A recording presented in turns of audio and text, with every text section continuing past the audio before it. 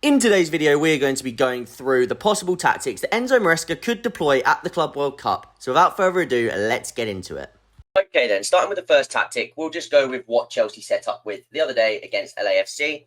So essentially this tactic would be using the fullback in the number 10 position. And a lot of people have sort of had their quips with this, but it is something that I quite like. And I've spoke about this before, it depends on the personnel that you've got in the team.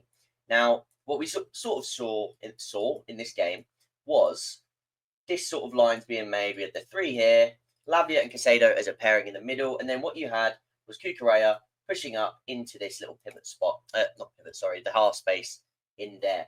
Now, what this allows Chelsea to do, and what this allows is you to get the most out of Cucurella's role, in my opinion, because what you have here is somebody who can press in all different directions, win the ball back, start counter-attacks, and really bring that chaos in that role. He's also going to work hard to get back into position. He's closer in here than he is if he's holding the whip out here to be able to make that sort of recovery. But he's also closer infield to help Lavia and Casado when they're pressing the ball. So it gives you that more intensity in the middle of the pitch, having all three of them in there together.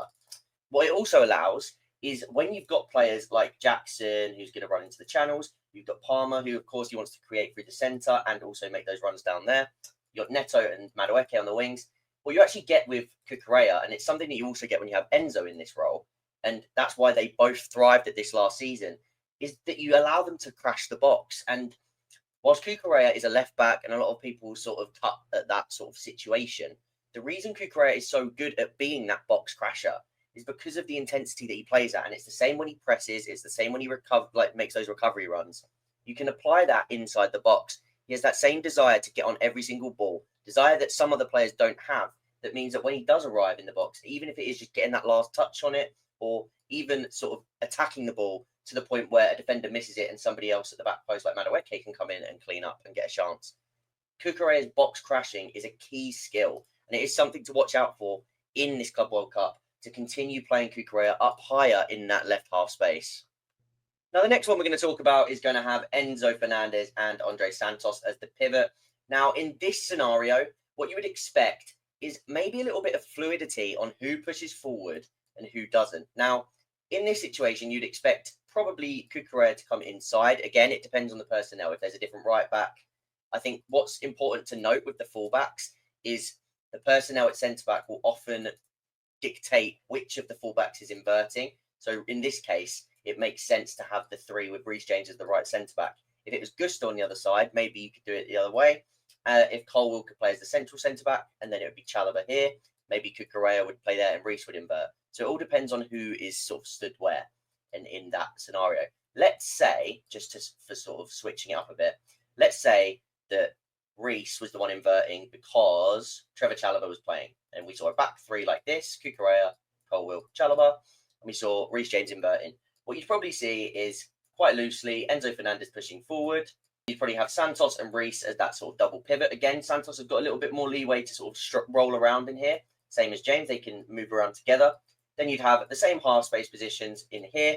I put George out there on the left for a little bit of, to actually have a left footer in this scenario. Then you've got Pedro Neto on the right who can offer that crossing ability. The reason I want Pedro Neto on this side instead of Madueke in this scenario that we're speaking about with the lap up front would be to get the most out of those Neto crosses and really see how that can work to like a high degree with a high volume of crosses coming in for the lap, both on his in-swinger, but also getting to the byline and trying to zip it across as well. But those in-swingers on his stronger left foot is something we really want to take a look at with Liam Delap because it is a skill set that should merge together really nicely.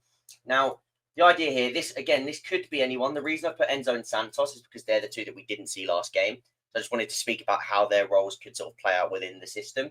Now, let's say that instead of Enzo, it was Santos and Casado. The likelihood is Casado would be sitting in and Santos would have that more free role. If it was Lavia, the same here. If it was Enzo, I think that is where you see Santos a little bit deeper. Now, that's not to say that there's not flexibility on who can play where. I think Casado also has the ability to play a little bit higher up at times if you want him to. Like I said the other day, there was points where he sort of roamed a little bit further than Palmer, where Palmer would drop into this gap here, and Casado playing in this role would drift up here. So you'd actually find it that this sort of central player here from the pivot was actually higher up than Cole Palmer, who was dropping in to sort of progress play through that channel. So that's something interesting to keep an eye on. It'll be very interesting to see how Enzo and Santos can play. One, if they play together, it would be very interesting, but also just to see the different combinations of midfield. And that is something I'm really looking forward to in this Club World Cup. Now, the third tactic we're going to talk about is one that a lot of people have been waiting for, and it's something they want to see. And it is a 4-3-3, which basically allows you to have that midfield triangle that a lot of people have wanted. Now, it could look like this. It could also look a little bit different. It could have Lavia at the base. It could have either side Enzo like this. It could look a little bit more like a classic 4-3-3 shape. But the idea is that you have three in the middle of the pitch. And again, this would help to accommodate Andre Santos and Asugo to get more minutes as well. Now, I've tried to say this throughout the season or throughout my streams going into the season.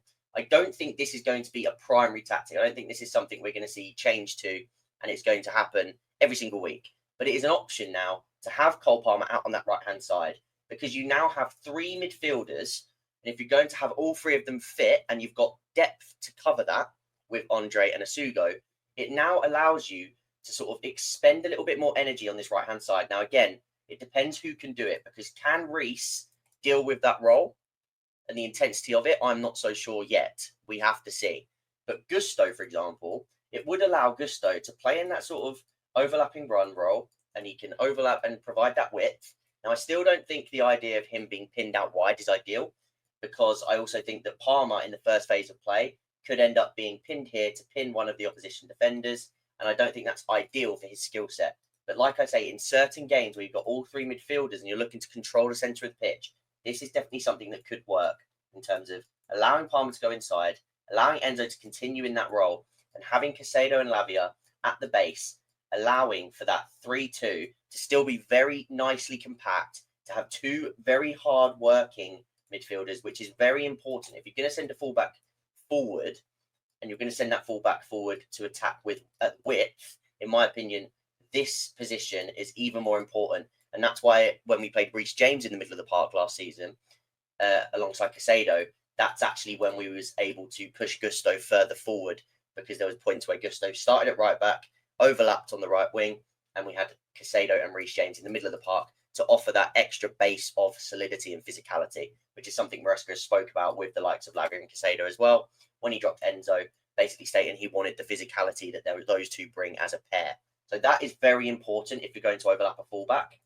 And this is something that could work. Again, we're talking about the lap being in the box. So if Reece can do this role, which again, in an ideal world, if Reece could do that role, then 100% it would be great to see him doing it. Because if you then look at this team, you've got the solid base, you've got Enzo who's crashing the box behind the lap. You've got Neto, who I've put there because of sort of the wing presence that he has in terms of the ability that he can put balls into the box. But if you're going to have Reece on the pitch, and you've got two very good crosses of the ball from this side of the pitch, a new signing on the left, like a Gittins that we spoke about, could be huge. But if we're talking about the Club World Cup, even someone like Noni here, just to be crashing at that back post behind Enzo, could be really key. And then again, it depends on the level of opposition that you're playing against. But then you also have late runs from someone like Cucurella who can crash the box too, if you're going very aggressive late in games. So this system could work very well in specific games. However, I don't think it's going to be the primary thing that we see at Chelsea, but it's definitely something to take into account. But of course, the Reece James fitness is a huge part of that. And lastly, probably the one that's going around most online, how can you get Jackson and Delap in the same team? We're going to talk about that really quickly now. So I do think this is going to be something that we maybe see when we're chasing a game. I don't think this is going to be a game that we start, even in the Club World Cup, even to experiment. I think this is something that we're more likely to see if Chelsea are looking to chase the game, they need a goal, and they want both of those strikers on the pitch. Now, how could we see this? There's a few different ways, I actually think. The first one, everybody's sort of saying, is Jackson off the left. Now, of course, this would mean Jackson starts on the left, which I think he can do in that first phase of play, just to pin someone out there. He can be out there. He can sort of receive those long balls out to a wide area where he can trap the ball, try and win a foul, or he can bring it down and recycle. I don't think that's an issue. I think the difference is when he's isolated 1v1, he's very good at carrying centrally. Does he have that ability to go on the outside and create for others as much as, say, a natural winger? That's something that sort of sticks in the mind. But what you would want mostly from Jackson, if he's playing in this role, would be for then him to sort of edge inside, a little bit like Marmoush, playing off of the lap. So you'd want those two to be in close proximity centrally. You'd then have Palmer in a little bit more of a free role. Same with Enzo sort of pushing up behind him, which would then mean that if anything, you want these fullbacks sort of pull inside and create that sort of almost 2-3 base. But then what would be so key, and again, we're circling back round to him because he's so important in the tactical landscape of Chelsea, Cucurella would be absolutely key. And so would Enzo, in the sense that if Jackson pulls inside, then Enzo's got to run into that space. Or Cucurella's got to run into that space. And the difference is, so speaking about Cucurella, he would have to make up a lot of ground to sort of provide that width when Jackson does drift inside. But it's not just him, because Enzo can then drop into here, and you can actually end up with this sort of dynamic where Enzo is a little bit deeper and dictating play. Cucurella is pushed up higher, and he's also going to bust a gut if he does lose the ball to cover and sort of receive the ball and recover the ball back, which is really, really key. But it's not just that. Cucurella can also stay in, and he can sort of stay in and around here ready to win the ball. And Enzo can make that run just to pull a man away. He doesn't have to always be at the forefront of the game. Yes, it's not his game to be stuck out on the touchline, but can he sort of add those sort of selfless runs to open up space and get these two, which this tactic would mean it would be key for, get those two in a similar lane to each other where Jackson can sort of play off of the lap. It would be a very interesting thing to see when we're chasing a game. Like I say, it would be cool to see Enzo dropping into here. If we're chasing a game, Reece pushing up even higher, and then you've sort of got this really sort of mismatchy way of playing.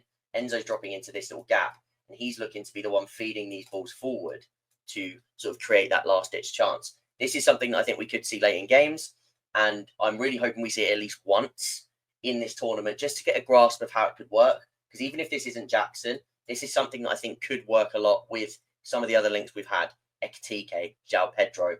This is something that Manchester City are doing with Haaland and Marmoush, and I do think it's something that's going to be replicated a lot throughout the Premier League in the coming months. So that's the fourth tactic. Let me know which one of these tactics you want to see most. Like, comment, and subscribe, and I will see you in the next one.